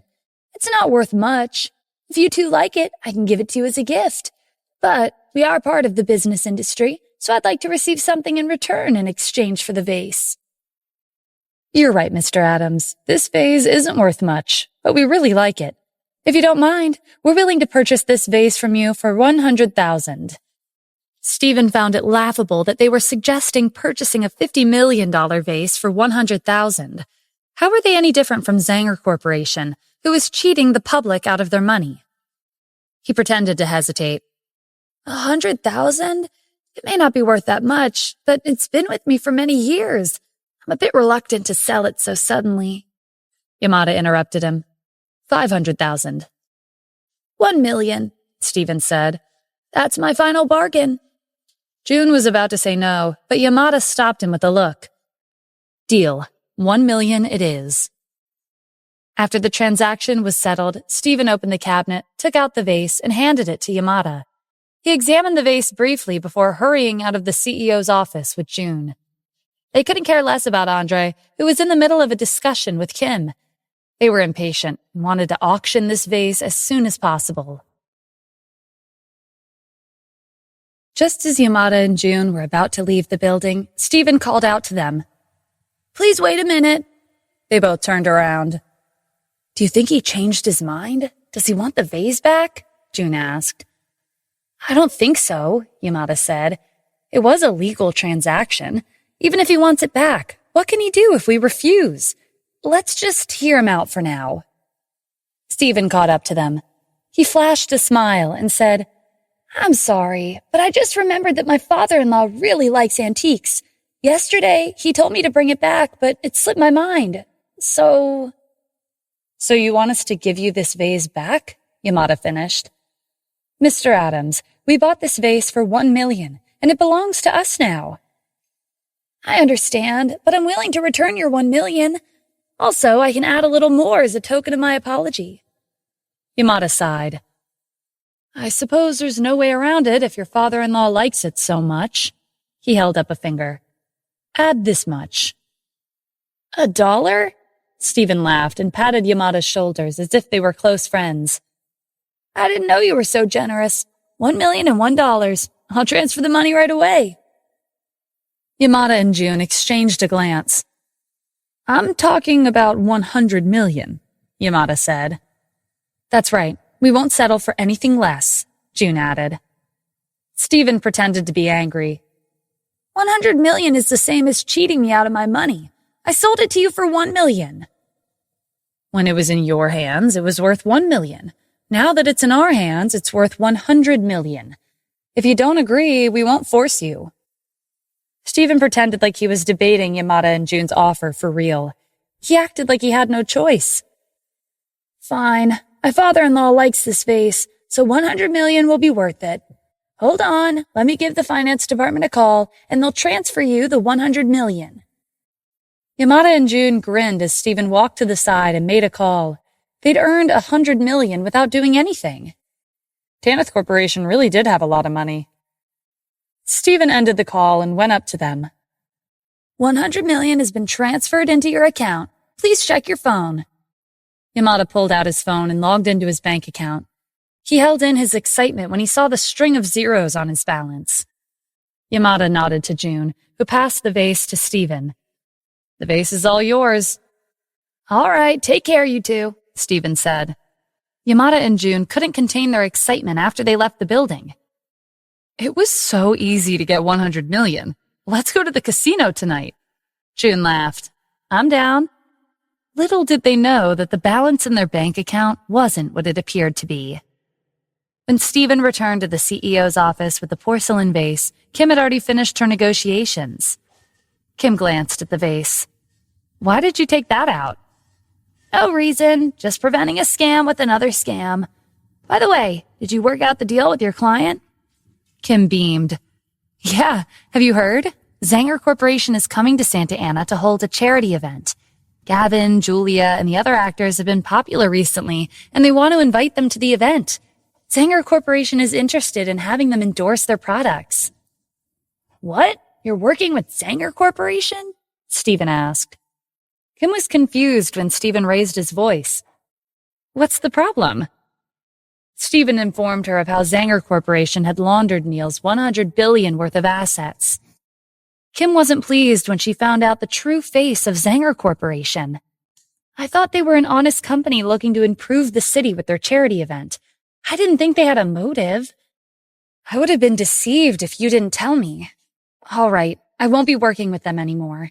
We didn't sign any contracts yet. That was planned for tomorrow. I'll gather everyone for a meeting and explain the situation.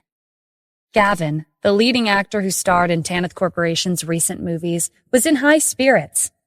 Earlier, he'd met with Andre, the representative of Zanger Corporation who came to negotiate business. He was thrilled at the prospect of endorsing products for an international enterprise like Zanger Corporation. While Gavin was brimming with excitement, he bumped into Stephen as he was turning the corner. After Gavin's popularity soared with the premiere's release, he began treating everyone in an arrogant manner. You're the one who bumped into me. You should apologize. Stephen was confused by his sudden change in attitude. Gavin, shouldn't you be filming right now? Now that Gavin had become a celebrity, he felt like it would be appropriate to speak to Stephen on a first-name basis. Oh, it's you, Stephen. I made a successful debut because of you, so I don't mind if you run into me. But since we're here, I'd like to give you a few reminders. I'm a celebrity now. You should watch the way you speak to me. Julia was passing by, and she quickly interjected when she noticed Gavin treating Stephen rudely. Gavin, what's with your attitude? If it weren't for Mr. Adams, we wouldn't have gotten to where we are today. Gavin snorted. I admit that Stephen did bring us here. I'm grateful to him, and I won't forget what he did for us. But success is achieved through our own efforts. Think about it. If I didn't have a talent for acting, would I have become as popular as I am today? Julia was left speechless. What he said made sense, but at the same time, it wasn't right. She didn't know how to refute him. You have a clever tongue, Stephen said. I guess I made a mistake choosing you at that time. He hadn't expected Gavin to become so pretentious after rising to fame. It's too late for regrets, Stephen. All I want to say is that gold will shine no matter where it is. Even if you didn't choose me back then, with my talent and hard work, I would have still achieved this position today. Maybe I would have even reached a higher place by now. Stephen scoffed. It wouldn't have been that easy. You had no prior work experience before you came to Tanith Corporation. I know, but anyway, let's forget about that for now. The truth of the matter is that you were the one who brought me here, and if someone else heard about this, they would think I'm being ungrateful. That's why I owe you a favor. Stephen smirked. It seemed like Gavin was determined to sever all ties with him. You want to repay me for bringing you here? He copied what Yamada did earlier and held up a finger. Give me this amount. 100,000? Okay, I'll transfer it later, Gavin said. No, that's not what I meant. You want $1 million? Gavin gritted his teeth. Fine, I'll give you $1 million, Gavin replied. Gavin had been paid a total of $500,000 as a leading actor in Tanith Corporation's movies. After filming was over for the day, he would model as a part-time job. He had quite a bit in savings, so he could afford $1 million. You still don't understand what I mean. What I want is 100 million. Gavin glared at him. 100 million? You might as well be robbing me. Stephen shrugged. Is that a no? Okay then. Just as Gavin was about to lose his temper, Kim's secretary came over and told him and Julia to head to the conference room. Kim had something important to announce. Gavin was annoyed when Stephen followed them. Soon, several of the upper management staff, Gavin, Julia, and the other actors gathered in the conference room. Kim sat at the head of the table. I have an important announcement. I've decided to terminate our cooperation with Zanger Corporation. We won't be signing any contracts with them. No one was expecting that. Everyone turned to each other and broke into a discussion. Gavin was especially surprised. It was only an hour ago when Andre had praised him and said that if they signed a contract, he would have many products for him to endorse. The director of the Media and Entertainment Department was the first to speak. Miss Kim, can you explain why? Negotiating a deal with Zanger Corporation is not a child's game. We've already agreed to become business partners. You can't end it so suddenly without a reason. Gavin drummed his fingers on the table. If you don't give us a reasonable explanation, no one will be leaving this room today. Gavin, why are you talking like that to Miss Kim? Julia scolded. Gavin rolled his eyes. That's not important right now. Kim wasn't bothered by the criticisms. I know you all must be confused. Our deal with Zanger Corporation concerns everyone here, and you have a right to know the truth. This is my husband, Stephen Adams. He's the director of the security department at the Wyvern Group. Stephen repeated his story about Zanger Corporation stealing $100 billion worth of assets from Neil and holding a charity event to rake in more money. Everyone's faces were filled with righteous indignation, and all of them began to denounce Zanger Corporation. Except for Gavin. How do you know that's true? Would a big international enterprise like Zanger Corporation be that shady? What if they're really holding a charity event for a good cause? His questions left everyone at a loss for words. Stephen said that Zanger Corporation had stolen Neil's assets, but there was no evidence and the theft hadn't made the headlines. Gavin continued. It's obvious that Stephen's jealous of my success. He doesn't want me to further my achievements. That's why he's stopping us from signing a contract. Stephen glanced at him. It's true. This is a story that only insiders would know. Not just anyone could have heard it. If you guys have any brains, you would question why Zanger Corporation would suddenly jump into the spotlight right after Neil disappeared. Where were they when Neil was still around? If you proceed with the contracts with a company like that, who knows what other tricks they'll try to pull? I believe you, Mr. Adams, Julia said. Kim stood up from the table. I believe him as well. This matter is settled then. Gavin was fuming after leaving the conference room because Stephen had cut off his path to wealth. He asked a few of the other actors, including Julia, to sit down and have a discussion. He's the director of the security department. Despite the fancy title, he's only a security guard. How would he know anything about Zanger Corporation's secrets? Even if they really stole Neil's assets, how would ordinary people like us know about that? Kim's trusting him blindly. The rest of the actors agreed, except for Julia. I don't think Mr. Adams is doing this because he doesn't want us to succeed. If that were the case, there would be no reason for him to bring us to Tanith Corporation in the first place. What kind of person do you think Stephen is? He chose us because he wanted to use us to make money. Now that we're successful, he wants to stop us from branching out to other companies. We can't let him do what he wants. Before the meeting, Stephen and I had an argument. In my opinion, he's trying to get back at me. If you don't believe me, ask Julia. She was there, Gavin said. Well, you two did argue, but... Gavin interrupted Julia when she was about to explain. Did everyone hear that? The rest of the actors nodded. Julia was at a loss. Gavin was clearly bending the truth. Gavin couldn't let go of this opportunity. Andre had promised that if he attended Zanger Corporation's charity event, he would receive $1 million as compensation. Everyone, I have an idea. Why don't we work for Zanger Corporation instead? The other actors were hesitant. They'd received significant raises after their movies went viral. They weren't sure if it was a good idea to sign a contract with another company. What's wrong with it? I'm the leading actor, but I was only paid $500,000 for all 5 movies. If we participate in Zanger Corporation's event, we'll receive $1 million. Julia, you were also paid $500,000. Have you thought about what you're worth? We worked so hard, but simply appearing at a charity event will earn us more.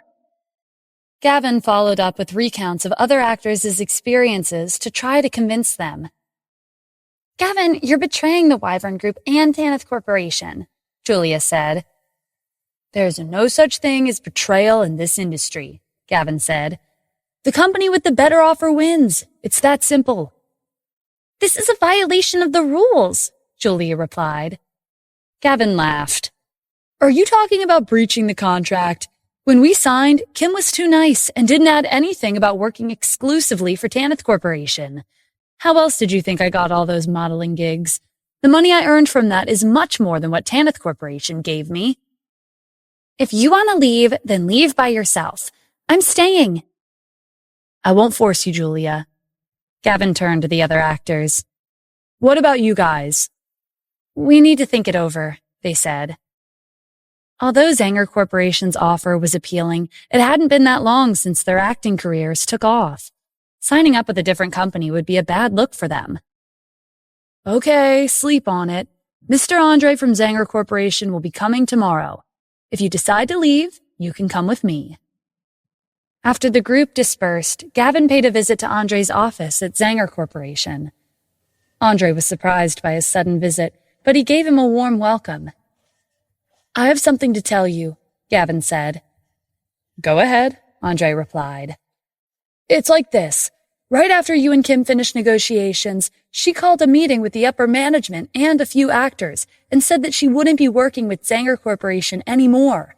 Her husband, Steven Adams, said that your company took $100 billion from Neil Brandt and that you're only holding the charity event to cheat people out of their money. Andre looked at Gavin thoughtfully. I didn't expect Kim to go back on her word. What do you think about all this? Do you believe him? Personally, I don't think a successful company like Zanger Corporation would do something like that.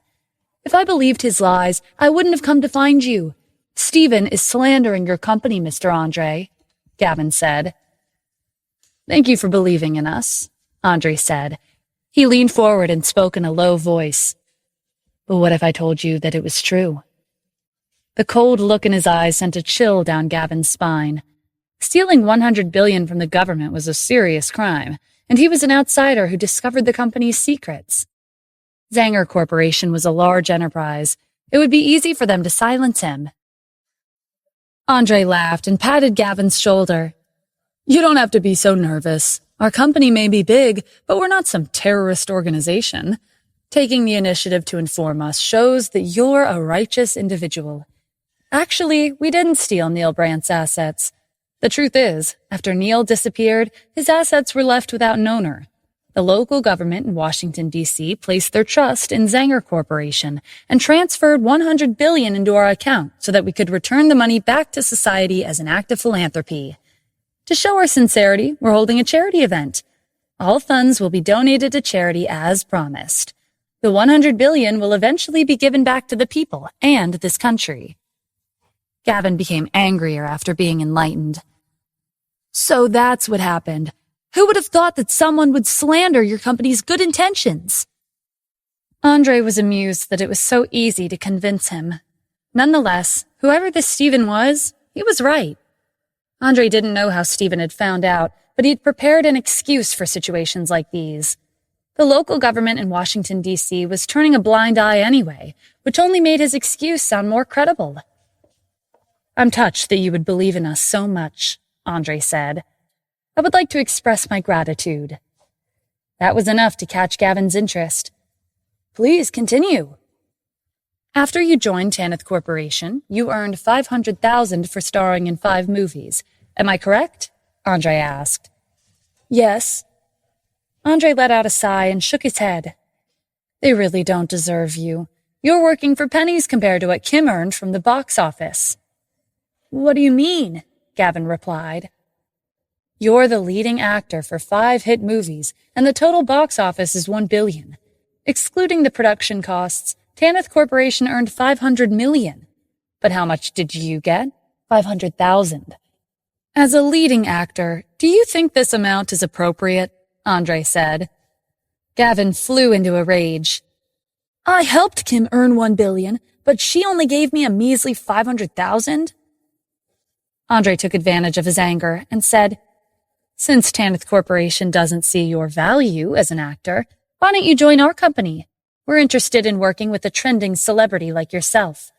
To start off, your salary will be $30 million. As for future performances, endorsements, box office, and other things, you'll keep 70%. Sounds good to me, but I have 2 conditions before I join your company, Gavin said. First, I need to take back what Kim owes me, and second, I won't leave the supporting actors behind. Andre laughed. Gavin sure did know how to negotiate. Andre spiced up his end of the bargain by giving Andre an advance of $10 million out of the $30 million he'd promised him. Gavin was thrilled. He'd never had this much money in his entire life. That evening, Yamada and June strolled into the biggest underground gambling den in Santa Ana. The security guards stopped them before they could get past the door. The casino's rules were strict. The minimum exchange was $10 million. Anything less, and they would be refused entry. Yamada and June were the top executives at Zanger Corporation, but even they would hesitate to drop $10 million at a casino. However, the situation was different today. They'd earned $100 million. "I have the money," Yamada said. He took out his card and handed it to the security guard. "See for yourself." June snickered. "You might be scared if you see our balance." The security guard took the card and checked the balance. He gave them a thoughtful look before returning the card and telling them to go in. The security guard called his boss and told them that 2 guests had a balance of $100 million. The boss hurriedly made arrangements. The receptionist at the front desk was enthusiastic as she gave Yamada and June their chips. They headed over to one of the tables and made their bets. The casino rigged their first few victories. Towards the end, they started losing. They didn't keep track of their losses until they were almost out of chips. "I'm sorry, you 2 have been losing all night. Do you have any more chips?" the dealer said. "Of course we do. We have $100 million, Yamada said. He reached into the bag only to find that it was empty. He gave June his card and told him to get more chips. June went to the front desk. The receptionist wasn't as friendly as before. "You want to exchange more chips? Sorry, you've already received 130 million chips, and you haven't paid yet." June was shocked. "We lost 130 million? As soon as the words left his mouth, several people came over and surrounded him. "Take out your card. Once you pay, you can exchange for more chips," the leader of the group said. June pulled out Yamada's card with trembling hands. The leader of the group took the card and handed it to the receptionist. "Check the balance." "He doesn't have a single cent on his card," the receptionist replied. "That's impossible," June said. "When we arrived, the security guard checked the balance for us. We had 100 million. How do you know for sure it's real? There are talented scammers these days. They can fake the balance on your card, and it's not limited to 100 million. They can even fabricate 10 billion, the receptionist said. Everyone turned to June, waiting for an explanation. "Wait, I'll ask my friend. Maybe there's a misunderstanding somewhere." June went to find Yamada. "There has to be a mistake. There's 100 million in that card," Yamada said. The leader of the group peered over his shoulder as he checked the balance on his phone. It was 0. "Are you messing with us? You know what we do to people who can't pay, right?" The leader of the group motioned to his underlings. They grabbed Yamada and June and took them away. When Kim went to work the next morning, she found Andre already waiting for her. She apologized to him and told him that they wouldn't be signing any contracts today. "I've decided not to work with your company," Kim said. Andre knew exactly what was going on, but he pretended to be surprised. "Can I ask why? Please give me an explanation." Kim smiled. "The reason is simple. Tanith Corporation is a small company compared to Zanger Corporation. What if your company takes over our company one day? It'll be too late for us by then." Andre caught the hidden meaning behind her words. She was hinting that she was aware that Zanger Corporation had laundered Neil's assets. He maintained his composure. "You're overthinking it, Miss Kim. It's only a baseless rumor." Whether it's a rumor or not, it involves your company, Kim said. Andre stood up. All right, since you've made your decision, I won't force you. I wish you all the best, Miss Kim. He left the building and sent a message to Gavin. Kim was having a discussion with the director of media and entertainment when Gavin burst into her office. I didn't think you were this kind of person, Miss Kim. Kim frowned. What are you talking about? What's wrong with you? The director asked. Why are you looking at me like I'm crazy? Let me ask you this. You paid me $500,000 for 5 movies I starred in, but the box office was $1 billion. Excluding the production costs, you earned $500 million. Am I right? Kim and the director looked at each other in surprise. The company's net profits from the 5 movies were considered a trade secret. They didn't know how Gavin had found out about this. Yes, Kim said straightforwardly. There was no point in beating around the bush since he already knew. Gavin spoke more arrogantly after hearing her reply. I brought you $500 million in profits, but you only paid me $500,000. Aren't you scamming me? Then, in your opinion, how much do you think you should have been paid? Kim asked. $100 million. The director cleared his throat. Gavin, before we began production of the movies, we signed a contract and agreed that your compensation would be $500,000. Whether the movies succeeded or failed, you would be paid in the amount we agreed upon. Yes, the movies were a success because of your talent and acting, but Tanith Corporation is a business. We invested in you and gave you the opportunity to make a name for yourself. The company's profits have nothing to do with you. I don't care. If you don't pay me $100 million, then I won't be the star of your next movie. And I'll expose your crimes on the internet. Kim frowned. Gavin, you're going too far. You think I'm going too far? Then, Kim, let me ask you one thing. Are you going to pay me the $100 million or not? No, she said firmly. You'll regret it. Gavin turned around and stormed out of the room. He slammed the door behind him. The director sighed. Miss Kim, you should have tried to talk things out. Everything can be discussed.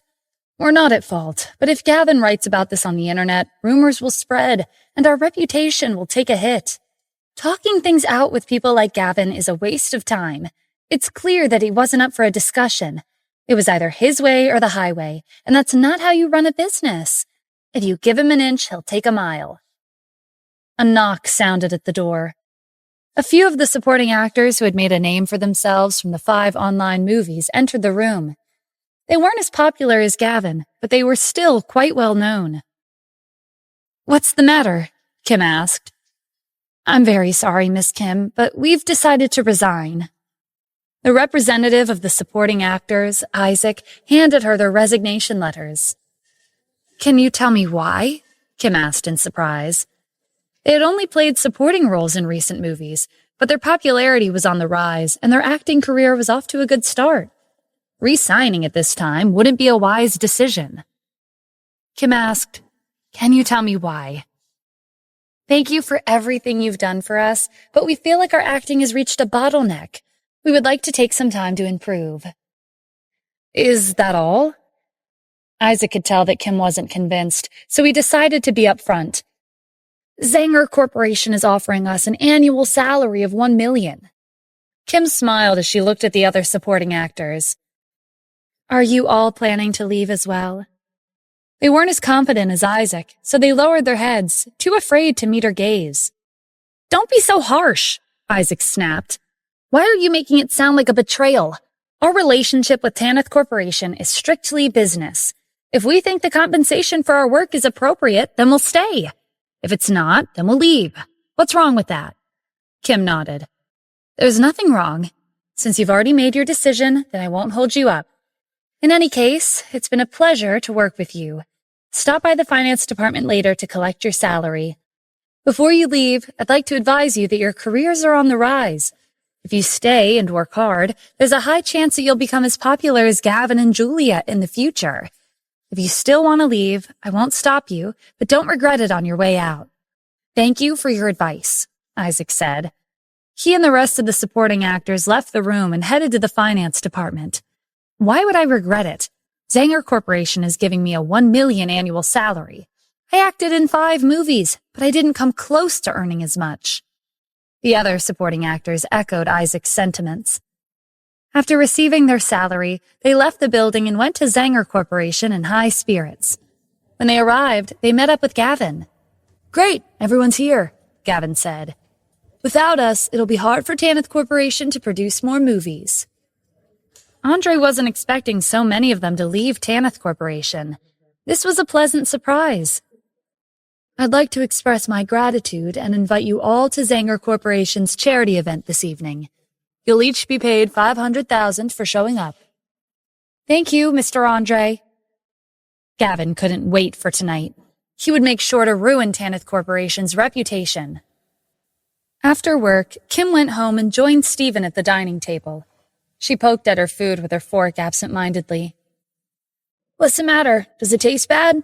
Stephen asked. "No, I'm just thinking about work. Gavin asked me for $100 million today." "Oh, really? So did you agree to his request?" With Gavin's change in attitude recently, Stephen wasn't surprised that he'd made such a bold request.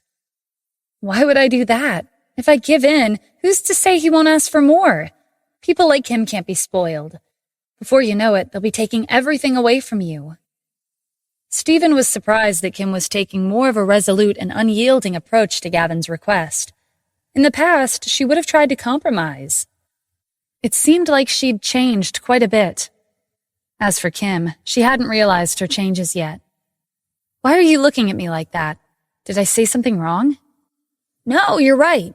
With Gavin's current popularity, giving him a salary of $10 million wouldn't be considered excessive, but asking for $100 million is going overboard." "So what you mean is, you want me to find Gavin, have a discussion with him, and give him $10 million? Kim shook her head with a determined look on her face. She wasn't swayed. "No, I can't compromise with people like him. Also, after Gavin left, Isaac and the other supporting actors came in and resigned. They said Zanger Corporation would be giving them an annual salary of $1 million. I have a feeling that Gavin's behind this." "Really? If you ask me, they're being used by Zanger Corporation. That company isn't too different from Sanson Corporation. They're not good people. Gavin and the others will be kicked out once they're done with them." Kim had been thinking the same thing. From her years of experience in the business industry, she knew that enticing offers like the ones from Zanger Corporation usually went hand in hand with ulterior motives. "Forget it. Let's stop talking about work." Kim reached for the remote and turned on the TV. "Let's see what's airing tonight. Maybe I'll have an appetite if I'm watching a good show. I won't be able to sleep if I'm hungry." A live broadcast of Zanger Corporation's charity event was being aired on TV. Kim wasn't in the mood for it. Just when she was about to change the channel, Stephen said, "Wait, let's watch this. I want to see just how that disgusting company is deceiving the public with their so-called charity event." "Okay," Kim put down the remote. Following the opening ceremony with the well-dressed female and male hosts, the event officially began. Andre was the representative of Zanger Corporation. He gave a lengthy speech. Towards the end, he shifted the spotlight towards Gavin and introduced him to the guests.